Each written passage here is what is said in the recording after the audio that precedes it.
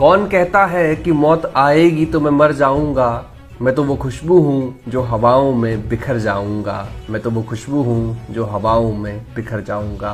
भारत माँ की गर्भ से पैदा होने वाले वैसे तो लाखों जवान हैं, मगर कुछ जवान ऐसे भी होते हैं जो हमेशा के लिए अपनी बहादुरी के झंडे गाड़ देते हैं।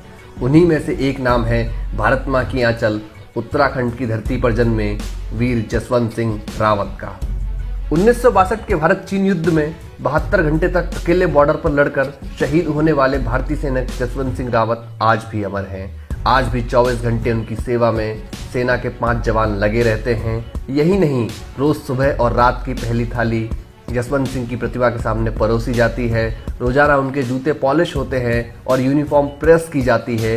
और आश्चर्य की बात यह है कि हर अगली सुबह जब चादर और उनके कपड़ों को देखा जाता है तो उसमें सिलवटें नजर आती हैं। वहीं पॉलिश के जूते भी बदरंग हो जाते हैं। यहाँ तक कि जब कोई जवान पोस्ट पर ड्यूटी के समय सोता है तो ऐसा माना जाता है कि शहीद जसवंत सिंह की आत्मा उसे थप्पड़ मारती है और यह एहसास दिलाती है कि देश की सुरक्षा का जिम्मा उनके ऊपर है, इसलिए जागते रहो। वहाँ रहने वाले जवानों और स्थानीय लोगों का मानना है कि आज भी जसवंत सिंह भारत की रक्षा कर रहे हैं और वह करते रहेंगे। इस आश्चर्यचकित करने वाले योद्धा की कहानी शुरू होती है 17 नवंबर 1962 से। 17 नवंबर 1962 को चीन की सेना ने अरुणाचल प्रदेश पर कब्जा करने के उद्देश्य से हमला कर दिया और इस दौरान सेना के बटालियन की एक कंपनी नूरानंग की सेफ्टी के लिए तैनात की गई, जिसमें जसवंत सिंह रावत भी शामिल थे। इस लड़ाई में चीनी सेना द्वारा प्रयोग की गई मीडियम मशीन गन की जोरदार फायरिंग ने गढ़वाल राइफल को मुश्किल में डाल दिया था। इसलिए भारतीय सेना ने गढ़वाली यूनिट की 4थी बटालियन को वापस बुला लिया, मगर इस बटालियन में शामिल जसवंत सिंह, लॉन्स नायक त्रिलोकी सिंह, नेकी और गोपाल गोसाई नहीं लौटे।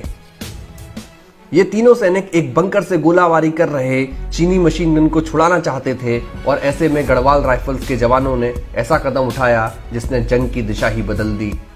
राइफलमैन जसवंत सिंह, लॉन्स नायक त्रिलोकी सिंह, राइफलमैन गोपाल सिंह झाड़ियों और चट्टानों में छिपकर भारी गोलाबारी से बचते हुए चीनी सेना के बंकर के करीब पहुंच गए और महज 15 यार्ड की दूरी से हैंड ग्रेनेड फेंकते हुए दुश्मन सेना के कई सैनिकों को मौत के घाट उतार दिया और मशीन गन भारत चौकी पर ले आए और चीनियों को मुंह तोड़ जवाब देना शुरू कर दिया। इससे जंग की दिशा ही बदल गई। चीन का अरुणाचल प्रदेश को जीतने का सपना पूरा नहीं हो सका।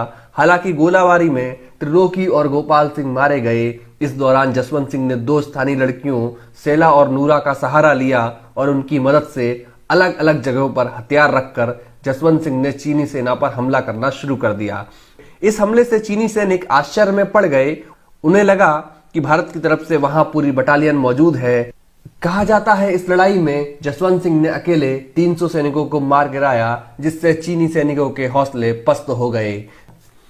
जसवंत सिंह को जिस गांव से मदद मिल रही थी उस गांव से जसवंत सिंह को राशन पहुंचाने वाले शख्स को चीनी सैनिकों ने पकड़ लिया, जिससे उन्हें पता चला कि उनसे लोहा लेने वाली कोई बटालियन नहीं बल्कि एक अकेला आदमी है।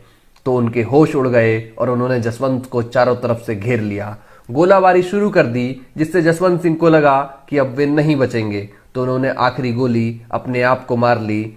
मगर चीनी सैनिकों के कमांडर उनसे इतना नाराज थे कि उन्होंने उनके सर को धड़ से अलग कर दिया और चीन ले गया। लेकिन जसवंत की बहादुरी से इतना प्रभावित हुआ कि लड़ाई खत्म हो जाने के बाद उसने जसवंत जी की प्रतिमा बनवाकर भारत सैनिकों को भेंट कर दी, जो आज भी उनकी स्मारक में लगी हुई है। जिस स्थान पर उन्होंने मोर्चा संभाला था वहां पर उनकी याद में एक मंदिर बनाया गया है, जहां पर उनको इस्तेमाल की जाने वाली अधिकतर चीजें रखी गई हैं। इस रास्ते से गुजरने वाले चाहे चीनी सैनिक हो या आम लोग, उन्हें श्रद्धांजलि दिए बिना कोई आगे नहीं बढ़ता।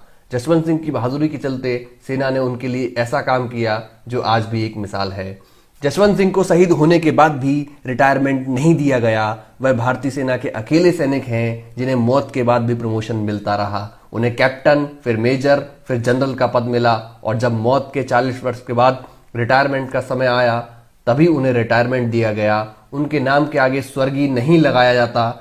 जब उनके परिवार वालों को उनकी जरूरत होती है तो भारतीय सैनिक उनकी तरफ से छुट्टी की दरख्वास्त देते हैं और जब छुट्टी मंजूर हो जाती है तो सेना के जवान उनकी फोटो को पूरे सैनिक सम्मान के साथ उनके उत्तराखंड के पुश्तैनी गांव में ले जाते थे और जब उनकी छुट्टी समाप्त हो जाती थी तो उसी सम्मान के साथ उस फोटो को अपने सेना में वापस लेकर अपने स्थान पर ला देते थे। जसवंत सिंह की अदम्य शौर्य की इस अद्भुत दास्तां को सलाम।